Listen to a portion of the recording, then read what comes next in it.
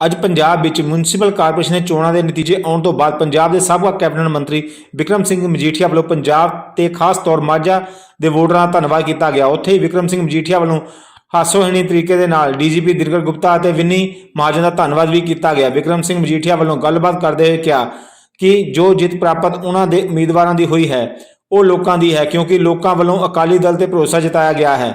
ਬਿਕਰਮ ਸਿੰਘ ਮਜੀਠੀਆ ਵੱਲੋਂ ਕਿਹਾ ਗਿਆ ਕਿ ਇਤਿਹਾਸ ਗਵਾਹ ਹੈ ਕਿ ਜੋ ਵੀ ਵਿਅਕਤੀ ਮੁਸ਼ਕਲ ਕਾਰਪੋਰੇਸ਼ਨ ਦੀਆਂ ਚੋਣਾਂ ਦੇ ਵਿੱਚ ਵਿਰੋਧੀ ਧਿਰ ਬਣ ਕੇ ਆਉਂਦਾ ਹੈ ਉਹੀ ਪੰਜਾਬ 'ਚ ਰਾਜ ਵੀ ਕਰਦਾ ਹੈ। ਫਾਇਰ ਨਿਊਜ਼ ਅੰਮ੍ਰਿਤਸਰ ਤੋਂ ਸੁਨੀਲ ਖੋਸਲਾ ਦੀ ਰਿਪੋਰਟ। ਕੋਟਾਨ ਕੋਟ ਸ਼ੁਕਰਾਨਾ ਕਰਦਿਆਂ ਹੋਇਆ ਗੁਰੂ ਸਾਹਿਬ ਦੇ ਚਰਨਾਂ 'ਚ ਸੀਸ ਝੁਕਾਉਂਦਾ ਹੋਇਆ ਗੁਰੂ ਸਾਹਿਬ ਨੇ ਜੋ ਅਪਾਰ ਬਖਸ਼ਿਸ਼ ਸਾਡੇ ਤੇ ਕੀਤੀ ਹੈ, ਸ਼੍ਰੋਮਣੀ ਅਕਾਲੀ ਦਲ ਤੇ ਮਾਝੇ ਤੇ ਸਾਡੇ ਬਹਾਦਰ ਕੈਂਡੀਡੇਟਾਂ ਤੇ ਉਹਨਾਂ ਨੂੰ ਗੁਰੂ ਸਾਹਿਬ ਦਾ ਕੋਟ ਮੈਂ ਧੰਨਵਾਦ ਕਰਦਾ ਹੈ। ਸਾਰੇ ਕੈਂਡੀਡੇਟ ਸਾਹਿਬਾਨਾਂ ਵੇਖੋ, ਇੱਕ ਗੱਲ ਤੁਹਾਨੂੰ ਰਿਅਲਾਈਜ਼ ਕਰਨੀ ਚਾਹੀਦੀ ਹੈ ਕਿ ਇਹ ਲੜਾਈ ਕੋਈ ਸਾਧਾਰਨ ਲੜਾਈ ਨਹੀਂ ਸੀ। ਲੜਾਈ ਉਹ ਫ੍ਰੀ ਐਂਡ ਫੇਅਰ ਇਲੈਕਸ਼ਨ ਕਹਿ ਸਕਦੇ ਹੋ ਜਦੋਂ ਲੋਕਾਂ ਤੇ ਕਿਸੇ ਤਰੀਕੇ ਦਾ ਦਬਾਅ ਨਾ ਹੋਵੇ, ਲੋਕਾਂ ਨੂੰ ਵੋਟ ਪਾਉਣ ਵੇਲੇ ਡਰ ਨਾ ਮਹਿਸੂਸ ਹੋ ਰਿਹਾ ਹੋਵੇ, ਲੋਕੀ ਆਪਦੇ ਖੁੱਲੇ ਦਿਲੀ ਨਾਲ ਵੋਟ ਪਾ ਸਕਣ। ਮੈਂ ਵਧਾਈ ਇਹਨਾਂ ਬਹਾਦਰ ਕੈਂਡੀਡੇਟਾਂ ਨੂੰ, ਮਾਝੇ ਦੇ ਬਹਾਦਰ ਲੋਕਾਂ ਨੂੰ ਇਸ ਲਈ ਦੇ ਰਿਹਾ ਕਿ ਲੱਖ ਪ੍ਰੈਸ਼ਰ ਦੇ ਬਾਵਜੂਦ, ਧੱਕੇਸ਼ਾਹੀ ਦੇ ਬਾਵਜੂਦ ਇਹਨਾਂ ਲੋਕਾਂ ਨੇ ਲੋਕਤੰਤਰ ਨੂੰ ਬਚਾਉਣ ਵਾਸਤੇ, ਡੈਮੋਕ੍ਰੇਸੀ ਨੂੰ ਬਚਾਉਣ ਵਾਸਤੇ ਕਾਂਗਰਸ ਪਾਰਟੀ ਦੇ ਤਸ਼ੱਦਦ ਦਾ, ਧੱਕੇ ਦਾ ਸਾਹਮਣਾ ਕਰਦੇ ਹੋਏ ਇਸ ਚੋਣ ਪ੍ਰਕਿਰਿਆ 'ਚ ਹਿੱਸਾ ਲਿਆ।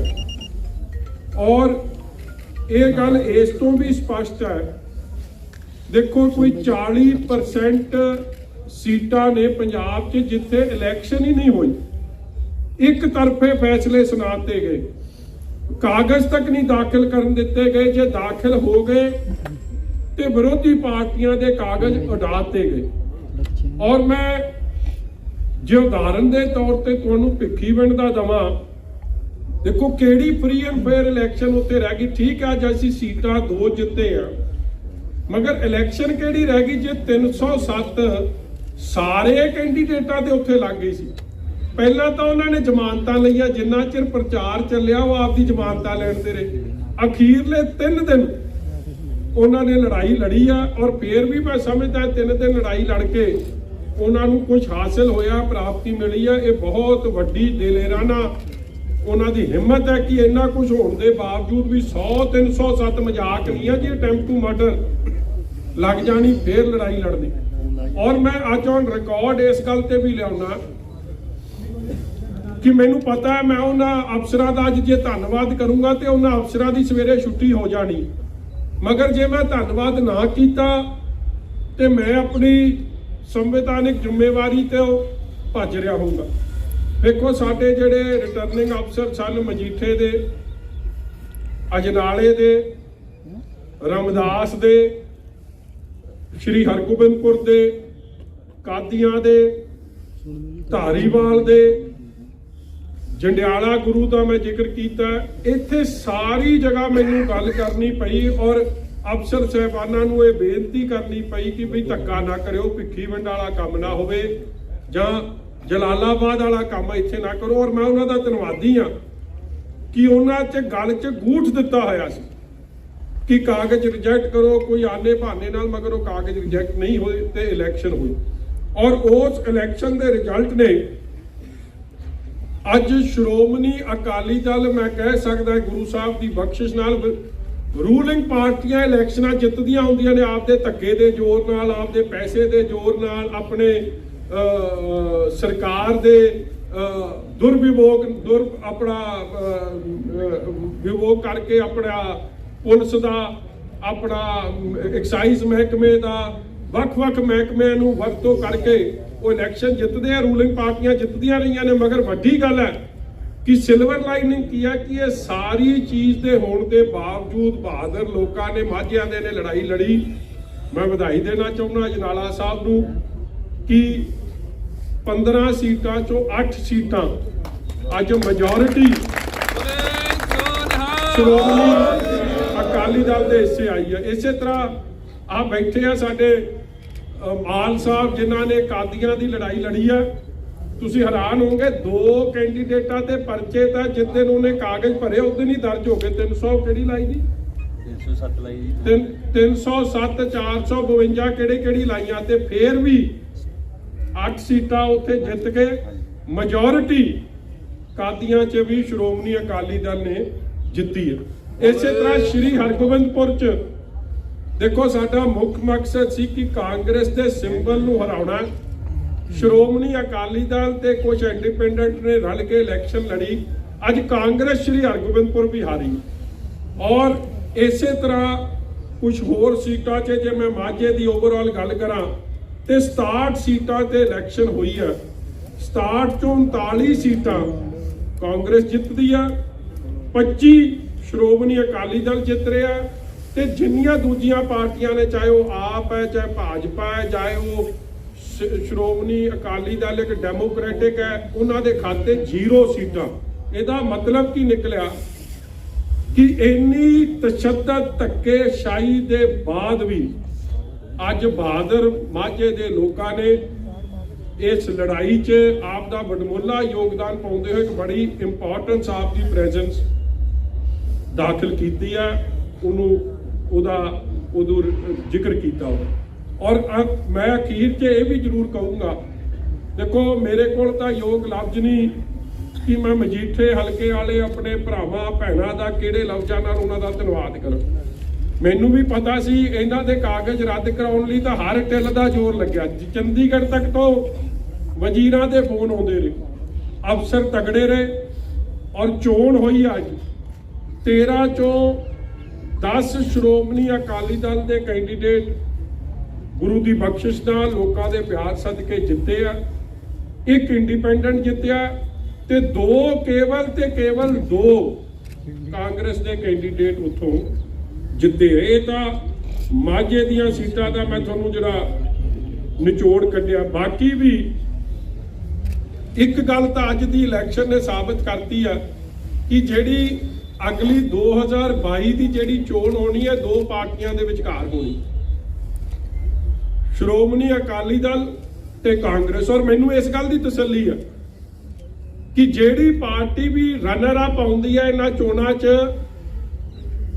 ਅਸੈਂਬਲੀ ਇਲੈਕਸ਼ਨ 'ਚ ਉਹ ਕਾਮਯਾਬ ਹੁੰਦੀ ਹੈ। ਰਿਕਾਰਡ ਕੱਢ ਲਓ, ਪਿਛਲਾ ਇਤਿਹਾਸ ਕੱਢ ਲਓ, ਇਹ ਇਤਿਹਾਸ ਦੱਸਦਾ। ਦੂਜੀ ਗੱਲ ਜਿਹੜੀਆਂ ਹੋਰ ਪਾਰਟੀਆਂ ਸੀ ਜਿਹਦਾ ਮੈਂ ਪਹਿਲਾਂ ਵੀ ਜ਼ਿਕਰ ਕੀਤਾ, ਚਾਹੇ ਉਹ ਆਪ ਸੀ, ਭਾਜਪਾ ਸੀ, ਸੈਕ ਡੈਮੋਕ੍ਰੈਟਿਕ ਸੀ, ਉਹਨਾਂ ਦੇ ਰਿਜ਼ਲਟ ਹੀ ਦੱਸਦੇ ਕਿ ਉਹਨਾਂ ਨੂੰ ਸਾਰੇ ਪੰਜਾਬ 'ਚੋਂ ਉਹਨਾਂ ਦਾ ਕੀ ਹਾਲ ਬਣਿਆ। ਔਰ ਮੈਂ ਖਾਸ ਤੌਰ ਤੇ ਕੈਪਟਨ ਅਮਰਿੰਦਰ ਸਿੰਘ ਜੀ ਨੂੰ ਨਹੀਂ ਮਗਰ ਦਿਨਕਰ ਗੁਪਤਾ ਜੀ ਨੂੰ, ਪੰਜਾਬ ਪੁਲਿਸ ਨੂੰ, ਵਿਨੀ ਮਹਾਜਨ ਜੀ ਨੂੰ ਇੱਕ ਗੱਲ ਦੀ ਵਧਾਈ ਦਿੰਦਾ ਕਿ ਅੱਜ ਕਾਂਗਰਸ ਨੂੰ ਖੜਾ ਰੱਖਣ 'ਚ ਤੁਹਾਡੀ ਭੂਮਿਕਾ ਕੋਈ ਭੁਲਾ ਨਹੀਂ ਸਕਦਾ। ਨਾ ਸੋਨੀਆ ਗਾਂਧੀ ਭੁਲਾ ਸਕਦੀ ਹੈ ਤੇ ਨਾ ਰਾਹੁਲ ਗਾਂਧੀ ਭੁਲਾ ਸਕਦੀ। ਜਿਹੜਾ ਕੰਮ ਸੋਨੀਆ ਗਾਂਧੀ ਤੇ ਰਾਹੁਲ ਗਾਂਧੀ ਨਹੀਂ ਕਰ ਸਕੇ ਉਹ ਕੰਮ ਦਿਨਕਰ ਗੁਪਤਾ ਜੀ ਤੇ ਵਿਨੀ ਮਹਾਜਨ ਜੀ ਨੇ ਅੱਜ ਕਾਂਗਰਸ ਪਾਰਟੀ ਲਈ ਕਰਕੇ ਦਿੱਤਾ। ਇਸ ਲਈ ਪੰਜਾਬ ਪੁਲਿਸ ਨੂੰ ਵਧਾਈ, ਐਕਸਾਈਜ਼ ਮਹਿਕਮੇ ਨੂੰ ਵਧਾਈ, ਵੇਟ ਐਂਡ ਮੈਜਰ ਮਹਿਕਮੇ ਨੂੰ ਵਧਾਈ, ਇਸੇ ਤਰ੍ਹਾਂ ਬਿਜਲੀ ਬੋਰਡ ਦੇ ਮਹਿਕਮੇ ਨੂੰ ਵਧਾਈ ਕਿ ਜੇ ਇਹ ਅਫਸਰ ਸਾਹਿਬਾਨ ਹਿੰਮਤ ਨਾਲ ਆਪ ਦਾ ਲੋਕਾਂ ਨੂੰ ਤੰਗ ਪਰੇਸ਼ਾਨ ਨਾ ਕਰਦੇ ਤੇ ਸ਼ਾਇਦ ਇਹ ਸੀਟਾਂ ਵੀ ਕਾਂਗਰਸ ਦੇ ਖੇਮੇ 'ਚ ਨਹੀਂ ਆਉਂਦੀਆਂ।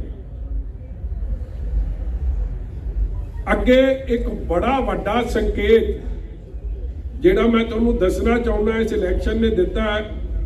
ਦੇਖੋ 2 ਕੈਂਡੀਡੇਟ, ਇੱਕ ਮੋਗੇ ਦੇ ਕਾਂਗਰਸ ਦੇ ਐਮਐਲਏ, ਉਹਨਾਂ ਦੀ ਮਿਸਿਸ ਇਲੈਕਸ਼ਨ 'ਚ ਹਾਰ ਰਹੀ ਹੈ। ਇਸ ਤੋਂ ਵੱਡਾ ਸੰਕੇਤ ਕੀ ਹੋ ਸਕਦਾ ਹੈ?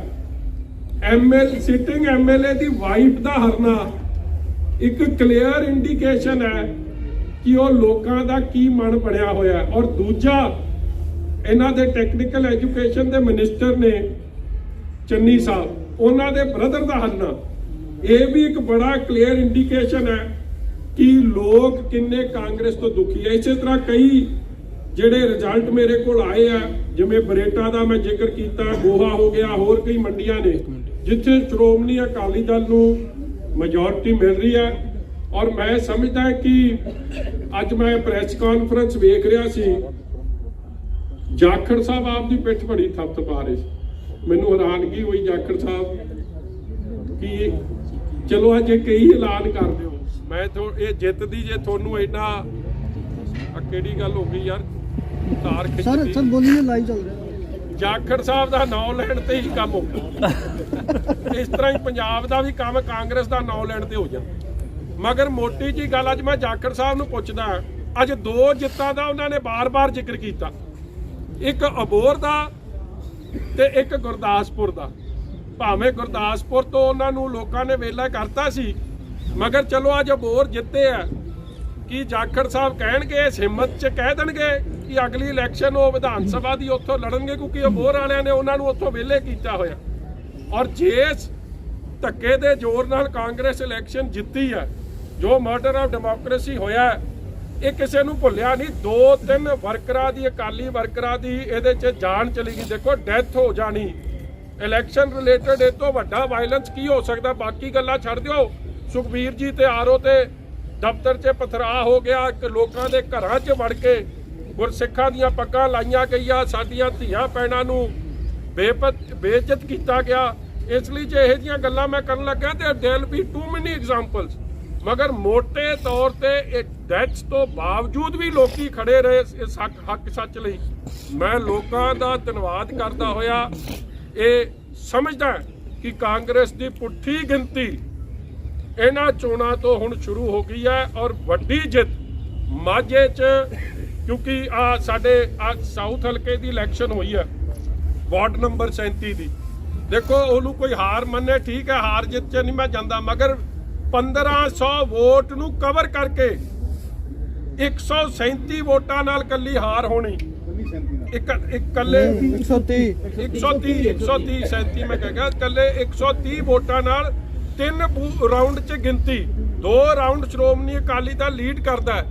ਔਰ ਸਭ ਨੂੰ ਪਤਾ ਹੈ ਕਿ ਉੱਥੇ ਕਿਸ ਤਰੀਕੇ ਦੀ ਧੱਕੇਸ਼ਾਹੀ ਤੇ ਧਾਂਦਲੀ ਹੋਈ ਆ। ਜਿਹੜਾ SHO ਉਹਦੇ ਬਾਰੇ ਅਸੀਂ ਲਿਖ ਕੇ ਦਿੱਤਾ, ਉਹ ਤਾਂ ਆਪ ਸਨਮਾਨਿਤ ਹੁੰਦਾ ਫਿਰਦਾ ਸੀ ਔਰ ਆਪ ਕਹਿੰਦਾ ਫਿਰਦਾ ਸੀ, ਰਾਜਵਿੰਦਰ ਉਹਦਾ ਕੀ ਨਾਂ ਸੀ, ਲਿਖਤੀ ਅਸੀਂ ਇਲੈਕਸ਼ਨ ਕਮਿਸ਼ਨ 'ਚ ਦੇ ਕੇ ਆਏ ਸਾਂ ਕਿ ਇਹ ਤਾਂ ਆਪ ਵੋਟਾਂ ਮੰਗਦਾ ਫਿਰ ਰਿਹਾ। ਜਦੋਂ ਪੁਲਿਸ ਨੇ ਕਿਹਾ ਕਿ ਜਿਹੜਾ ਬੰਦਾ ਕਾਂਗਰਸ ਨੂੰ ਵੋਟ ਨਹੀਂ ਪਾਊ ਤੇ ਉੱਤੇ ਅੱਗੇ 307 ਲੱਗੂ ਜਾਂ 452 ਲੱਗੂ, ਤੇ ਹਰੇਕ ਕੋਈ ਇੰਨਾ ਨਹੀਂ ਜਿਹੜਾ ਐਡਾ ਤਕੜੇ ਹੋ ਕੇ ਇਹਦਾ ਸਾਹਮਣਾ ਕਰ ਸਕੇ। ਮਗਰ ਮੈਂ ਸਮਝਦਾ ਲੋਕ ਫੇਰ ਉੱਠ ਖਲੋਤੇ ਆ।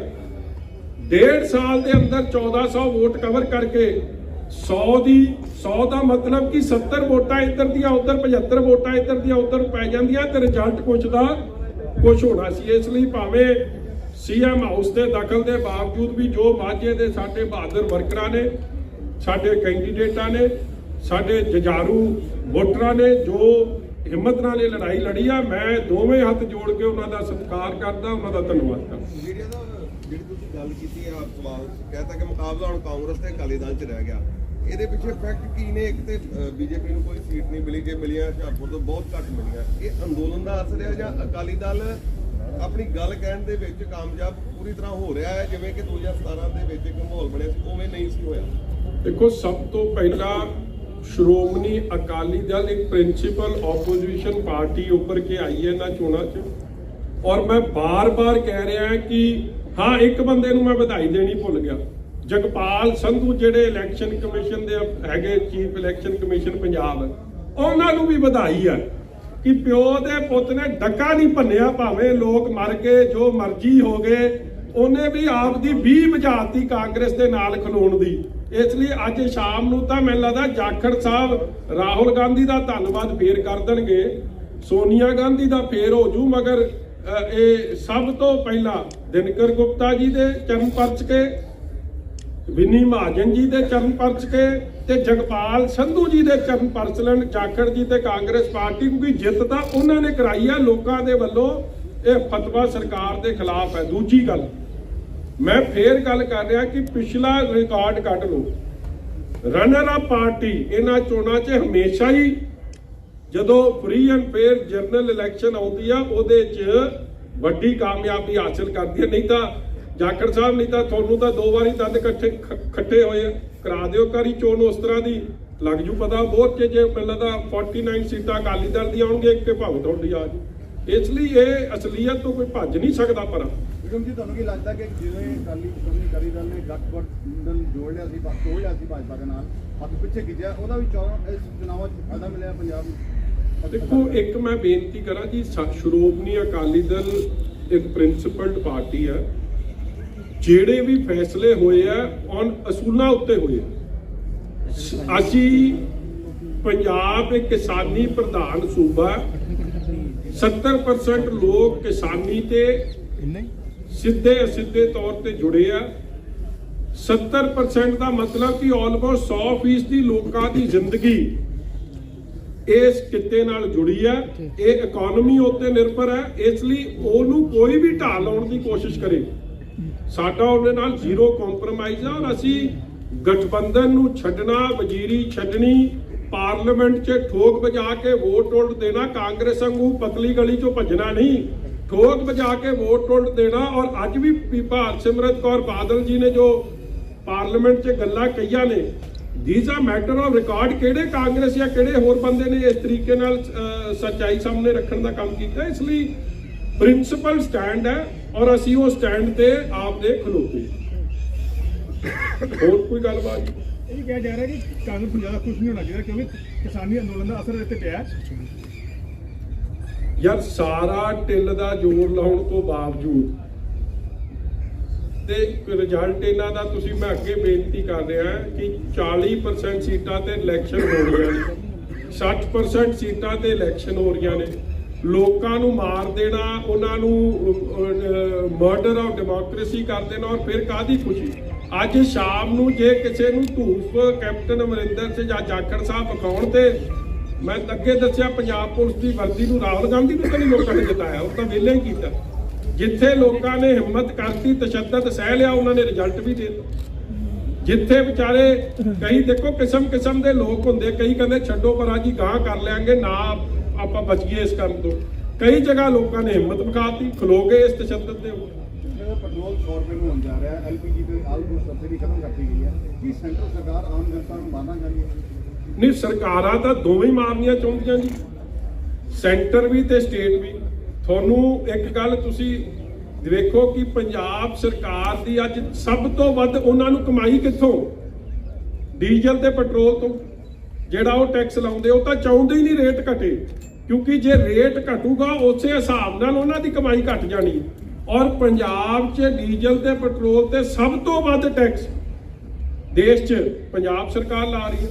30 ਰੁਪਏ ਤੋਂ 20 ਰੁਪਏ ਲੀਟਰ ਤਾਂ ਕੱਲੀ ਸੂਬਾ ਸਰਕਾਰ ਲੈ ਰਹੀ ਹੈ। ਇਸ ਲਈ ਸੂਬਾ ਸਰਕਾਰ ਤੇ ਗਵਰਨਮੈਂਟ ਆਫ ਇੰਡੀਆ ਉਹ ਦੋਵੇਂ ਹੀ ਜ਼ਿੰਮੇਵਾਰ ਨੇ। ਔਰ ਤੁਸੀਂ ਉਹ ਵੀਡੀਓ ਵੇਖਿਆ ਨਾ ਬਾਬਾ ਰਾਮਦੇਵ ਜੀ ਦਾ, ਉਹ ਪੁੱਠਾ ਖਲੋਤਾ, ਤੇ ਉਦੋਂ ਬਾਬਾ ਰਾਮਦੇਵ ਜੀ ਕਹਿੰਦੇ ਸੀ ਕਿ ਪਾ ਦਿਓ ਵੋਟ ਮੋਦੀ ਨੂੰ ਤੇ ਲੀਟਰ ਹੋ ਜੂ 30 ਰੁਪਏ ਤੇ ਕਰਤਾ 100 ਰੁਪਏ। ਇਸ ਲਈ ਇਹ ਬਾਬਿਆਂ ਨੂੰ ਵੀ ਸਤਿਕਾਰਯੋਗ ਨੇ, ਮਗਰ ਥੋੜਾ ਬਹੁਤਾ ਆਪਦੇ ਕੰਮ ਤੱਕ ਲੋਕਾਂ ਨੂੰ ਰੱਬ ਵਾਲੇ ਪਾਸੇ ਰੱਖਣ। ਇਹ ਜੇ ਕੰਮ 'ਚ ਨਾ ਪੰਗੇ ਲੈਣ, ਹੁਣ ਕੀ ਜਵਾਬ ਦੇਣਗੇ? ਬੋਲਦੇ ਕਿਉਂ ਨਹੀਂ? ਜਾਂ ਤਾਂ ਕੋਈ ਦੇਣ ਪਤੰਜਲੀ ਦਾ ਪ੍ਰੋਡਕਟ ਫਿਰ ਜਿਹੜਾ ਲੋਕਾਂ ਨੂੰ 10 ਰੁਪਏ 20 ਰੁਪਏ 'ਚ ਮਿਲ ਜਾਏ ਤੇ ਡੀਜ਼ਲ ਪੈਟਰੋਲ ਦੀ ਲੋੜ ਨਾ ਪਵੇ। ਦਿੱਲੀ ਮਾਡਲ ਨੂੰ ਲੈ ਕੇ ਆਮ ਆਦਮੀ ਪਾਰਟੀ ਆਈ ਸੀ, ਦਿੱਲੀ ਮਾਡਲ ਨੂੰ ਲੈ ਕੇ ਆਮ ਆਦਮੀ ਪਾਰਟੀ ਆਈ ਸੀ। ਸਿਲੰਡਰ ਮਹਿੰਗਾ ਹੋਇਆ ਪਿਛਲੇ 2 ਮਹੀਨੇ। ਹਾਂਜੀ, ਗੈਸ ਸਿਲੰਡਰ 2 ਮਹੀਨੇ ਜਿਹੜਾ ਗੈਸ ਸਿਲੰਡਰ ਮਹਿੰਗਾ ਹੋਇਆ ਜੀ, ਮੈਂ ਤਾਂ ਆਪਣੇ ਸਤਿਕਾਰਯੋਗ ਸਿਮਰਤੀ ਇਰਾਨੀ ਜੀ ਨੂੰ ਕਹੂੰਗਾ, ਤੁਸੀਂ ਬੜਾ ਜ਼ੋਰਦਾਰ ਧਰਨਾ ਦਿੱਤਾ ਸੀ 14 ਚੋਂ ਪਹਿਲਾਂ, ਆਈ ਥਿੰਕ 12-13 ਦੀ ਗੱਲ ਹੈ। ਤੇ ਹੁਣ ਲੋੜ ਹੈ ਤੁਸੀਂ ਫੇਰ ਜ਼ੋਰਦਾਰ, ਜੇ ਲੋਕਾਂ ਦੀ ਹੱਕ ਦੀ ਗੱਲ ਕਰਦੇ ਹੋ, ਫਿਰ ਜ਼ੋਰਦਾਰ ਤਰੀਕੇ ਨਾਲ ਜੋ ਇਹ ਮਹਿੰਗਾਈ ਦਾ ਬੋਝ ਸੈਂਟਰ ਤੇ ਸਟੇਟ ਗਵਰਨਮੈਂਟ ਲੋਕਾਂ ਤੇ ਪਾ ਰਹੀ ਆ, ਉਹਦੇ ਵਾਸਤੇ ਕੋਈ ਜ਼ੋਰਦਾਰ ਗੱਲ ਅੱਜ ਆਪਣੀ ਕੈਬਨਿਟ 'ਚ ਬਹਿ ਕੇ ਕਰੋ, ਫਿਰ ਸਮਝਾਂਗੇ। ਦਿੱਲੀ ਮਾਡਲ ਨੂੰ ਲੈ ਕੇ ਜਿਹੜਾ ਆਮ ਆਦਮੀ ਪਾਰਟੀ ਆਈ ਸੀ, ਦਿੱਲੀ ਮਾਡਲ ਇੱਥੇ ਚੱਲਿਆ ਨਹੀਂ ਪੰਜਾਬ 'ਚ। ਹੋ ਹੀ ਗਿਆ ਫੈਸਲਾ ਦਿੱਲੀ ਮਾਡਲ ਦਾ। ਇਸ਼ਤਿਹਾਰਾਂ ਨਾਲ ਤਾਂ ਨਹੀਂ ਗੱਲ ਬਣਨੀ, ਲੋਕਾਂ ਨੂੰ ਠੱਗੇ ਨਾਲ ਨਹੀਂ ਗੱਲ ਬਣਨੀ। ਵੇਖੋ, ਇੱਕ ਗੱਲ ਆਪਾਂ ਨੂੰ ਨਹੀਂ ਭੁੱਲਣੀ ਚਾਹੀਦੀ, ਬੜੇ ਵੱਡੇ ਇਸ਼ਤਿਹਾਰ ਦਿੱਲੀ ਦੀ ਸਰਕਾਰ ਦੇ, ਔਰ ਦਿੱਲੀ 'ਚ ਅੱਜ ਤੁਸੀਂ ਆંકੜੇ ਕੱਢ ਲਓ, ਹੁਣ ਤਾਂ ਇਹਨਾਂ ਨੇ ਆંકੜੇ ਫੱਜ ਕਰਨ ਦੀ ਕੋਸ਼ਿਸ਼ ਕੀਤੀ ਹੈ, ਨਹੀਂ ਤਾਂ ਇੱਕ ਸਮਾਂ ਅਖਬਾਰਾਂ 'ਚ ਹੀ ਰਿਪੋਰਟ ਹੋਇਆ ਸੀ ਕਿ ਸਭ ਤੋਂ ਵੱਧ ਕੋਰੋਨਾ ਰਿਲੇਟਡ ਡੈਥਸ ਦਿੱਲੀ 'ਚ ਹੋਈਆਂ ਨੇ ਦੇਸ਼ 'ਚ। ਔਰ ਨੈਸ਼ਨਲ ਕੈਪੀਟਲ ਹੈ ਜਿੱਥੇ ਕੱਲਾ ਸੂਬੇ ਸਰਕਾਰ ਤੇ ਨਹੀਂ ਕੰਮ ਨਿਰਭਰ, ਸੈਂਟਰ ਸਰਕਾਰ ਦੀ ਵੀ ਮਦਦ ਮਿਲ ਰਹੀ ਹੈ। ਉੱਥੇ ਏਮਜ਼ ਵਰਗੇ ਹਸਪਤਾਲ, ਗਵਰਨਮੈਂਟ ਆਫ ਇੰਡੀਆ ਦੇ ਕਈ ਹਸਪਤਾਲ ਚੱਲ ਰਹੇ, ਮਤਲਬ ਉਹਨਾਂ ਨੂੰ ਡਬਲ ਸਪੋਰਟ ਸੀ। ਉਹਦੇ ਬਾਵਜੂਦ ਵੀ worst performing state on health Delhi ਰਿਹਾ। ਔਰ ਇਹੀ ਅਸਲੀਅਤ ਦੀ ਗੱਲ ਹੈ ਕਿ ਚਾਹੇ ਉਹ ਕਿਸਾਨੀ ਦੀ ਗੱਲ ਹੈ, ਇੱਕ ਦ ਵਾਇਰ 'ਚ ਆਰਟੀਕਲ ਨਿਕਲਿਆ ਸੀ ਕਿ ਕੇਜਰੀਵਾਲ ਸਾਹਿਬ ਨੇ ਕਿਹਾ ਸੀ ਕਿ ਦਿੱਲੀ ਦੇ ਕਿਸਾਨਾਂ ਨੂੰ C2+50 ਮਿਲੂਗਾ, ਮਤਲਬ ਕਿ ਜੋ ਖਰਚਾ ਉਹਨਾਂ ਨੂੰ ਆ ਰਿਹਾ ਉਹਦੇ ਉੱਤੋਂ ਦੀ 50% ਪ੍ਰੋਫਿਟ ਮਿਲੂਗਾ। ਤੁਸੀਂ ਹੈਰਾਨ ਹੋਗੇ ਕਿੰਨੇ ਕਿਸਾਨਾਂ ਨੂੰ ਮਿਲਿਆ? 6 ਕਿਸਾਨਾਂ ਨੂੰ। ਮਤਲਬ ਇਸ ਤਰ੍ਹਾਂ ਲੋਕਾਂ ਨੂੰ ਮੂਰਖ ਨਹੀਂ ਬਣਾ ਸਕਦੇ। ਹੁਣ ਲੋਕ, ਪਬਲਿਕ ਸਭ ਜਾਣਦੀ ਆ ਔਰ ਪਬਲਿਕ ਨੇ ਸੋਚ ਸਮਝ ਕੇ ਫੈਸਲਾ ਕੀਤਾ। ਇਹ ਜਿਹੜੇ ਟਵਿੱਟਰ ਤੇ ਹਵਾਈ ਫਾਇਰ ਕੱਢਣ ਵਾਲੇ ਉਹਨਾਂ ਦਾ ਤਾਂ ਦੱਸ ਹੀ ਦਿੱਤਾ, ਉਹਨਾਂ ਦਾ ਤਾਂ ਖਾਤਾ ਮਾਝੇ 'ਚ ਤਾਂ ਗੋਲੀ ਕਰਤਾ। ਦੁਆਬੇ 'ਚ ਵੀ ਕੰਮ ਇਹ ਚਾਹੀਏ ਜੋ ਮੇਰੇ ਕੋਲ ਆਈ ਹੈ ਇੱਕ ਰਿਪੋਰਟ। ਹਾਂਜੀ, ਅਜਨਾਲੇ 'ਚ ਟਾਸ ਨਾਲ ਫੈਸਲਾ ਕੀਤਾ ਜਾਣਾ, ਲੱਗਦਾ ਕਿ ਫੇਰ ਹੋਊਗੀ। ਹਾਂਜੀ, ਅਜਨਾਲਾ 'ਚ ਟਾਸ ਨਾਲ ਫੈਸਲਾ ਕੀਤਾ ਜਾਣਾ। 8 ਸ਼੍ਰੋਮਣੀ ਅਕਾਲੀ ਦਲ ਜੀ ਤੇ 7 ਐਮਐਲਏ ਵੋਟ ਪਾ ਕੇ ਬਰਾਬਰ ਨਾ ਹੋ ਜਾਵੇ। ਉਦੋਂ ਦੀ ਜਦੋਂ ਬਰਾਬਰ ਹੋ ਗਏ, ਜੇ ਬਰਾਬਰ ਹੋ ਗਿਆ ਹੁਣ ਮੈਂ ਦੱਸੂ ਤੁਹਾਨੂੰ ਕਾਂਗਰਸ ਨੇ ਹੁਣ ਕੀ ਕਰਨਾ ਹੈ। ਵੇਖੋ ਹਲੇ ਇਹਨਾਂ ਦੀ ਵਿਚਾਰਿਆਂ ਦੀ ਲੜਾਈ ਮੁੱਕੀ ਨਹੀਂ। ਹੁਣ ਅੱਜ ਰਾਤ ਦਾ ਪਤਾ ਨਹੀਂ ਰਾਤ ਘਰੇ ਰਹਿਣਗੇ ਕਿ ਨਹੀਂ ਰਹਿਣਗੇ। ਅੱਜ ਰਾਤ ਤੋਂ ਫੜੋ ਫੜਾਈ ਚੱਕੋ ਚਕਾਈ ਸ਼ੁਰੂ ਹੋ ਜਾਣੀ ਕਿ ਸਵੇਰੇ ਵੋਟ ਇਹਨੂੰ ਪਾ ਦੇ, ਤੇ ਜੇ ਪੰਜੇ ਨੂੰ ਪਾ ਦੇਗਾ ਤੇ ਤੂੰ ਬਚ ਜਾਏਗਾ, ਨਹੀਂ ਪੰਜੇ ਨੂੰ ਪਾਏਗਾ ਤੇ ਤੈਨੂੰ ਰੱਬ ਆਸ। ਮਗਰ ਇਹ ਤਗੜੇ ਨੇ, ਜਿਹੜਾ 15-20 ਦਿਨ ਲੜਾਈ ਲੜ ਕੇ ਆ ਗਏ। ਹੁਣ ਇਹਨਾਂ ਨੂੰ ਕੋਈ ਦੁਨੀਆ ਦੀ ਤਾਕਤ ਇੱਧਰ ਦੀ ਉੱਧਰ ਨਹੀਂ ਕਰ ਸਕਦੀ। 2017 ਦੇ ਮੁਕਾਬਲੇ ਵੋਟ ਪ੍ਰਤੀਸ਼ਤ ਕਿੰਨਾ ਵਧਿਆ ਜੀ ਅਕਾਲੀ ਦਲ ਦਾ? ਯਾਰ ਹਲੇ ਨਾ ਸਾਰੀ ਕੈਲਕੂਲੇਸ਼ਨ ਕਰ ਰਹੇ ਆ, ਮਗਰ ਮੋਟੇ ਤੌਰ ਤੇ ਵੇਖੋ ਕਿ ਕਲੀਅਰ, ਇੱਕ ਮੇਰੇ ਕੋਲੋਂ ਕਾਗਜ਼ ਸੀ, ਕਲੀਅਰ ਰਿਜ਼ਲਟ ਸੈਕੰਡ ਪਲੇਸ, ਮਤਲਬ ਦੂਜੇ ਪਾਰਟੀਆਂ ਨਾਲੋਂ ਬਹੁਤ ਫਰਕ ਉਹ ਸ਼੍ਰੋਮਣੀ ਅਕਾਲੀ ਦਲ ਦਾ ਰਿਹਾ। ਕਈ ਜਿਹੜੇ ਇੰਡੀਪੈਂਡੈਂਟ ਵੀ ਜਿੱਤੇ ਨੇ, ਜਿਵੇਂ ਮੈਂ ਤੁਹਾਨੂੰ ਸ਼੍ਰੀ ਹਰਗੋਬਿੰਦਪੁਰ ਦਾ ਕਹਿ ਰਿਹਾ, ਇੱਕ ਸਾਡਾ ਸਰਕਲ ਦਾ ਪ੍ਰਧਾਨ ਉੱਥੇ ਇੰਡੀਪੈਂਡੈਂਟ ਸਾਨੂੰ ਲੜਾਇਆ ਪਿਆ, ਕੁਝ ਇੰਟਰਨਲ ਕਰਕੇ ਉਹ ਜਿੱਤੇ ਆ। ਇਸ ਲਈ ਉੱਥੇ ਸ਼੍ਰੀ ਹਰਗੋਬਿੰਦਪੁਰ 'ਚ ਜਿਹੜੀ ਮੈਜੋਰਿਟੀ ਵੀ ਆਈ ਆ, ਕਈ ਇੰਡੀਪੈਂਡੈਂਟ ਇਸ ਲਈ ਹਰ ਸ਼ਹਿਰ 'ਚ ਇਹ ਜਿਹੇ ਨੇ ਜਿਹੜੀ ਇੰਡੀਪੈਂਡੈਂਟ ਕਈ ਨੇ ਉਹ ਸ਼੍ਰੋਮਣੀ ਅਕਾਲੀ ਦਲ ਨਾਲ ਸੰਬੰਧਿਤ, ਕਾਂਗਰਸ ਨਾਲ ਸੰਬੰਧਿਤ ਵੀ ਹੋਣਗੇ, ਮਗਰ ਕਈ ਥਾਵਾਂ ਤੇ ਉਹ ਅਕਾਲੀ ਦਲ ਨੂੰ ਉਹਦੇ ਨਾਲ ਟੈਲੀ ਹੋਰ ਵਧੂਗੀ। ਬੀਜੇਪੀ ਨੂੰ ਜਿਹੜੀਆਂ ਘੱਟ ਸੀਟਾਂ ਮਿਲੀਆਂ, ਕਿ ਤੁਹਾਨੂੰ ਲੱਗਦਾ ਹੈ ਅਕਾਲੀ ਦਲ ਤੋਂ ਵੱਖ ਹੋਣ ਕਰਕੇ ਮਿਲੀਆਂ ਜਾਂ ਕਿਸਾਨ ਅੰਦੋਲਨ ਕਰਕੇ ਘੱਟ ਮਿਲੀਆਂ? ਯਾਰ ਇਹ ਤਾਂ ਹੁਣ ਬੀਜੇਪੀ ਵਾਲਿਆਂ ਨੂੰ ਪੁੱਛੋ। ਅਕਾਲੀ ਦਲ ਤੋਂ ਵੱਖ ਹੋਣ ਦਾ ਫਰਕ ਪਿਆ ਵੀ? ਅਕਾਲੀ ਦਲ ਤੋਂ ਵੱਖ ਹੋਣ ਦਾ ਫਰਕ ਉਹ ਤਾਂ ਵਿਚਾਰੇ ਆਪਦੀ ਜਾਨ ਨਹੀਂ ਹਲੇ ਬਚਾਉਂਦੇ ਫਿਰਦੇ। ਐਕਸ ਕੈਬਨਿਟ ਮਿਨਿਸਟਰ ਇਹ ਤਾਂ ਉਹਨਾਂ ਨੂੰ ਵੀ ਮੈਂ ਸਮਝਦਾ। ਦੇਖੋ ਇੱਕ ਗੱਲ ਹੈ, ਪੰਜਾਬ 'ਚ ਭਾਈਚਾਰਕ ਸਾਂਝ ਸਭ ਤੋਂ ਜ਼ਰੂਰੀ, ਔਰ ਉਹਨਾਂ ਨੂੰ ਇਸ ਗੱਲ ਤੋਂ ਸਬਕ ਸਿੱਖਣਾ ਚਾਹੀਦਾ ਕਿ ਪੰਜਾਬ ਦੀ ਭਾਈਚਾਰਕ ਸਾਂਝ ਨਹੀਂ ਕੋਈ ਟੁੱਟਣ ਦਿਓ। ਪੰਜਾਬ ਨੂੰ ਮਾੜੇ ਦਿਨਾਂ 'ਚ ਨਹੀਂ ਕੋਈ ਧੱਕਣ ਦਊਗਾ। ਔਰ ਜੇ ਪੰਜਾਬੀਆਂ ਨੂੰ ਤੁਸੀਂ ਖਾਲਿਸਤਾਨੀ, ਵੱਖਵਾਦੀ, ਅੱਤਵਾਦੀ, ਕਦੇ ਪਾਕਿਸਤਾਨ ਦਾ ਏਜੰਟ, ਕਦੇ ਚਾਈਨਾ ਦਾ ਏਜੰਟ, ਕਦੇ ਵਿਚੋਲੀਆ, ਕਦੇ ਅਰਬਨ ਨਕਸਲ, ਇਹ ਜੀ ਸ਼ਬਦਾਵਲੀ ਜੇ ਉਹਨਾਂ ਲਈ ਕੋਈ ਵੀ ਵਰਤੂਗਾ ਤੇ ਉਹ ਪੰਜਾਬੀਆਂ ਨੂੰ ਨਾ ਮਨਜ਼ੂਰ ਆ। ਪੰਜਾਬੀ ਪੈਟਰੀਆਟਿਕ ਲੋਕ ਨੇ, ਦੇਸ਼ ਭਗਤੀ ਕਰਨ ਵਾਲੇ ਲੋਕ ਨੇ, ਇਸ ਦੇਸ਼ ਲਈ ਮਰ ਮਿਟਣ ਵਾਲੇ ਲੋਕ ਨੇ। ਜਿਹੜਾ ਬੰਬਈ ਬੈਠਿਆ ਜਾਂ ਚੇਨਈ ਬੈਠਿਆ ਉਹਨੂੰ ਇੱਥੇ ਵਾਘੇ ਬਾਰਡਰ ਦੇ ਦਰਦ ਦਾ ਕੀ ਪਤਾ। ਇਸ ਲਈ ਮੇਰੇ ਵੀਰੋ, ਇਹ ਪੰਜਾਬੀ ਜੈ ਜਵਾਨ ਜੈ ਕਿਸਾਨ ਦੇ ਨਾਰੇ ਨੂੰ ਜੇ ਬੁਲੰਦ ਰੱਖਿਆ ਇਹ ਆਜ਼ਾਦ ਦੇਸ਼ 'ਚ, ਤੇ ਉਹ ਪੰਜਾਬੀ ਨੇ ਰੱਖਿਆ। ਔਰ ਉਹਨੂੰ ਗਲਤ ਸ਼ਬਦਾਵਲੀ ਜਿਹੜੀ ਪਾਰਟੀ ਵਰਤੂਗੀ ਉਹਨਾਂ ਨੂੰ ਸਮਝ ਆਈ ਜਾਣੀ ਚਾਹੀਦੀ। ਜੀ ਸਾਹਿਬ, ਤੁਸੀਂ ਕਹਿੰਦੇ ਆ ਕਿ ਮੁੱਖ ਮੰਤਰੀ ਆਪਣੇ ਕਦੇ ਮਹਿਲ ਚੋਂ ਨਿਕਲੇ ਤੇ ਹੁਣ ਉਹਨਾਂ ਨੂੰ ਲੱਗਦਾ ਕਿ ਮੰਥਨ ਦੀ ਜ਼ਰੂਰਤ ਹੈਗੀ। ਨਹੀਂ, ਅੱਜ ਦੀ ਪਾਰਟੀ ਤਾਂ ਮੈਨੂੰ ਲੱਗਦਾ, ਅੱਜ ਤੱਕ ਮੈਂ ਕਿਹਾ ਦਿਨਕਰ ਗੁਪਤਾ ਜੀ ਨੂੰ ਜਾ ਕੇ ਵਧਾਈ ਦੇਣੀ ਚਾਹੀਦੀ ਸਾਰਿਆਂ ਨੂੰ। ਸ਼ਾਮ ਦੀ ਮੇਰੀ ਗੱਲ ਮੰਨ ਲਿਓ, ਅੱਜ ਚਲੋ ਤੁਸੀਂ ਆਪਦੇ ਕੈਮਰੇ ਲਾ ਲਿਓ, ਹੁਣੇ ਲਾ ਲਓ। ਅੱਜ ਸ਼ਾਮ ਨੂੰ ਕੋੜਾ ਗਿਆ ਉਸ ਮੱਲ ਤੇ, ਜਾਂ ਦਿਨਕਰ ਗੁਪਤਾ ਜੀ ਤੇ ਜਾਂ ਮਿੰਨੀ ਮਹਾਜਨ, ਕੋ ਹੋਰ ਤਾਂ ਨਹੀਂ ਗਿਆ ਨਾ। ਕੀ ਕੈਪਟਨ ਅਮਰਿੰਦਰ ਸਿੰਘ ਆਪ ਮੰਨਦੇ ਕਿ ਜਿੱਤ ਰਾਹੁਲ ਗਾਂਧੀ ਤੇ ਸੋਨੀਆ ਗਾਂਧੀ ਕਰਕੇ ਹੋਈ ਆ? ਪੁੱਛ ਲਓ ਉਹਨਾਂ ਨੂੰ, ਉਹ ਆਪ ਹੀ ਨਹੀਂ ਮੰਨਦੇ। ਜਾਖੜ ਸਾਹਿਬ ਵੀ ਮੰਨ ਗਏ ਕਿ ਇਹ ਤਾਂ ਜਿੱਤ ਪੰਜਾਬ ਦੀ ਆ, ਉਹ ਦਿੱਲੀ ਵਾਲਿਆਂ ਦੀ ਕੋਈ ਜਿੱਤ ਨਹੀਂ ਆ। ਬੋਲ ਹੀ ਰਹੇ ਸੀ ਤਰੀਕੇ ਨਾਲ, ਗੋਲਮੋਲ ਢੰਗ ਨਾਲ ਬੋਲ ਰਹੇ ਸੀ, ਮਗਰ ਮਤਲਬ ਉਹੀ ਕਹਿ ਰਹੇ ਸੀ। ਉਹਨਾਂ ਨੂੰ ਵੀ ਸੁਨੇਹਾ ਦੇ ਰਹੇ ਸੀ ਜਿਹੜੇ ਸੱਜੇ ਖੱਬੇ ਡਿੱਗੇ ਫਿਰਦੇ, ਜਿਹੜੇ ਕਹਿੰਦੇ ਅਸੀਂ ਬਣ ਜਾਣਾ ਉਹ ਕਦੇ ਪ੍ਰਧਾਨ ਬਣ ਜਾਣਾ, ਕੋਈ ਕਹਿੰਦਾ ਡਿਪਟੀ ਸੀਐਮ ਬਣ ਜਾਣਾ। ਉਹਨਾਂ ਨੂੰ ਵੀ ਮੈਸੇਜ ਦੇ ਰਹੇ ਸੀ, ਤੁਸੀਂ ਸਮਝੋ ਉਹਨਾਂ ਦੀ ਭਾਸ਼ਾ 'ਚ ਬੜਾ ਕੁਝ ਨਿਕਲ ਰਿਹਾ ਸੀ। ਪਰ ਉਹ ਬੰਦੇ ਬਾਹਰ ਨਹੀਂ ਨਿਕਲਦੇ ਪਏ, ਜਿਹੜੇ ਡਿਪਟੀ ਸੀਐਮ ਦੇ ਖਾਬ ਦੇਖਦੇ ਪਏ ਬਾਹਰ ਨਹੀਂ ਨਿਕਲਦੇ। ਕੋਈ ਨਾ, ਤੁਸੀਂ ਜਾ ਕੇ ਬਾਪ ਦੇ ਦਰਸ਼ਨ ਦਿਓਗੇ ਤੇ ਨਿਕਲ ਆਉਂਗੇ। ਜਿਸ ਤਰ੍ਹਾਂ ਤੁਸੀਂ ਕਿਹਾ ਕਿ 2022 ਦੇ ਵਿੱਚ ਇੱਕ ਵੱਡੀ ਭੂਮਿਕਾ ਨਿਭਾਉਣਗੇ ਵਾਲੇ ਜਿਹੜੇ ਇਲੈਕਸ਼ਨ ਨੇ, ਤਾਂ ਕੀ ਇਹ ਸਮਝਿਆ ਜਾ ਸਕਦਾ ਕਿ ਬੀਜੇਪੀ ਦੇ ਨਾਲ ਗੱਠਜੋੜ ਟੁੱਟਣ ਤੋਂ ਬਾਅਦ ਇਹ ਪਹਿਲਾ ਇਮਤਿਹਾਨ ਸੀ ਅਕਾਲੀ ਦਲ ਦਾ, ਔਰ ਉਹ ਪਾਸ ਹੋਇਆ ਔਰ ਇਹਦੇ ਨਾਲ ਅਕਾਲੀ ਦਲ ਨੂੰ ਮਜ਼ਬੂਤੀ ਮਿਲੇਗੀ? ਦੇਖੋ, ਬੜਾ ਵੱਡਾ ਇਮਤਿਹਾਨ ਸੀ ਜੀ। ਆਫਟਰ ਆਲ ਅਸੀਂ 30 ਸਾਲ ਦਾ 35 ਸਾਲਾਂ ਦਾ ਗੱਠਜੋੜ ਰਿਹਾ ਹੈ ਸਿਟੀ 'ਚ। ਸਾਡੀ ਪ੍ਰੈਜ਼ੈਂਸ ਹਮੇਸ਼ਾ ਹਿਸਾਬ ਦੀਆਂ ਰਹੀਆਂ ਨੇ। ਕਈ ਜਗ੍ਹਾ ਤਾਂ ਅਸੀਂ ਸੀਟਾਂ ਹੀ ਪਹਿਲੀ ਵਾਰੀ ਲੜ ਰਹੇ ਸੀ, ਮਗਰ ਉਹਦੇ ਬਾਵਜੂਦ ਜੇ ਅਸੀਂ ਲੜਾਈ ਦੇ ਕੇ ਸਟਰੋਂਗ ਨੰਬਰ 2 ਪੋਜੀਸ਼ਨ 'ਚ ਆਏ ਆ। ਔਰ ਇਤਿਹਾਸ ਦੱਸਦਾ ਹੈ ਕਿ ਜਿਹੜਾ ਵੀ ਨੰਬਰ 2 ਪੋਜੀਸ਼ਨ 'ਚ ਆਇਆ, ਰੂਲਿੰਗ ਪਾਰਟੀ ਇਹ ਚੋਣਾਂ ਜਿੱਤਦੀਆਂ ਨੇ by hook of crook, by money power, by muscle power. ਮਗਰ ਜਦੋਂ ਜਨਰਲ ਇਲੈਕਸ਼ਨ ਆਉਂਦੀ ਆ, ਉਹਦਾ ਰਿਜ਼ਲਟ ਹਮੇਸ਼ਾ ਰਨਰ ਅਪ ਪਾਰਟੀ ਵੱਲ ਜਾਂਦਾ ਰਿਹਾ। ਤੁਸੀਂ ਰਿਕਾਰਡ ਕੱਢ ਕੇ ਦੇਖ ਲਓ, ਤੁਸੀਂ ਪਿਛਲਾ ਰਿਕਾਰਡ ਕੱਢ ਲਓ, ਤੋਂ ਪਿਛਲਾ ਕੱਢ ਲਓ, ਤੋਂ ਪਿਛਲਾ ਕੱਢ ਲਓ, ਔਰ ਇੱਕ ਗੱਲ ਸਪਸ਼ਟ ਹੋ ਗਈ ਹੈ ਕਿ 2022 ਦਾ ਮੁਕਾਬਲਾ ਸ਼੍ਰੋਮਣੀ ਅਕਾਲੀ ਦਲ ਵਰਸਸ ਕਾਂਗਰਸ ਹੋਣਾ, ਹੋਰ ਕਿਸੇ ਦੇ ਵਿੱਚ ਨਹੀਂ ਹੋਣਾ। ਜਿੰਨੇ ਉਹ ਤੀਜੇ ਚੌਥੇ ਜਿਹੜੇ ਬੜੇ ਫਿਰਦੇ ਆ, ਉਹਨਾਂ ਦੇ ਤਾਂ ਰਿਜ਼ਲਟ ਤਾਂ ਪੁੱਛੋ ਕਿੱਧਰ ਸੀਟਾਂ ਤੋਂ। Matter is well settled. ਕੱਲ ਦੇਸ਼ ਭਰ ਚ ਕਿਸਾਨਾਂ ਵੱਲੋਂ ਰੇਲ ਰੋਕੋ ਅੰਦੋਲਨ ਦਾ ਐਲਾਨ ਕੀਤਾ ਗਿਆ 4 ਘੰਟੇ ਲਈ, ਅਕਾਲੀ ਦਲ ਦਾ ਕੀ ਕਹਿਣਾ? ਸਾਡਾ ਉਹਨਾਂ ਲਈ ਪੂਰਾ ਹੀ ਸਮਰਥਨ ਹੈ ਜੀ। ਜੋ ਅਸੀਂ ਉਹਨਾਂ ਦਾ ਸਮਰਥਨ ਅੱਜ ਦੇ ਨਹੀਂ, ਪਹਿਲੇ ਦਿਨ ਦੇ ਦੇ ਰਹੇ ਹਾਂ। ਹਰ ਬਾਰਡਰ ਤੇ ਹਰ ਜਗ੍ਹਾ ਪਹੁੰਚ ਕੇ ਸਰਦਾਰ ਸੁਖਬੀਰ ਸਿੰਘ ਜੀ ਬਾਦਲ ਆਪ ਟਕੈਤ ਸਾਹਿਬ ਕੋਲ ਪਹੁੰਚੇ ਸੀ, ਜਦੋਂ ਉਹਨਾਂ ਦਾ ਜੋ ਹਸ਼ਰ ਦਿੱਲੀ ਦੀ ਸਰਕਾਰ ਨੇ ਕੀਤਾ ਸੀ, ਉਹਨਾਂ ਦੀ ਮਦਦ ਤੇ ਉਹਨਾਂ ਦੀ ਸਪੋਰਟ ਤੇ। ਔਰ ਰੇਲ ਰੋਕੋ, ਸੜਕ ਰੋਕੋ, ਜਿਹੜਾ ਵੀ ਪ੍ਰੋਗਰਾਮ ਡੈਮੋਕ੍ਰੈਟਿਕ ਸਰਕਲ ਦੇ ਅੰਦਰ ਰਹਿੰਦਿਆਂ ਹੋਇਆ, ਆਪਦੇ ਕਨਸਟੀਟਿਊਸ਼ਨਲ ਅਧਿਕਾਰਾਂ ਦੇ ਅੰਦਰ ਰਹਿੰਦਿਆਂ ਹੋਇਆ, ਜੋ ਵੀ ਫੈਸਲਾ ਲੈਣਗੇ ਅਸੀਂ ਉਹਨਾਂ ਦੇ ਨਾਲ। ਪੀਸਫੁਲ ਪ੍ਰੋਟੈਸਟ, ਕਿਸਾਨੀ ਅੰਦੋਲਨ, ਪੰਜਾਬੀ ਭਾਈਚਾਰਾ, ਦੇਸ਼ ਦਾ ਅੰਦਾਤਾ ਜਿੱਤਣਾ ਚਾਹੀਦਾ। ਧੰਨਵਾਦ, ਥੈਂਕ ਯੂ।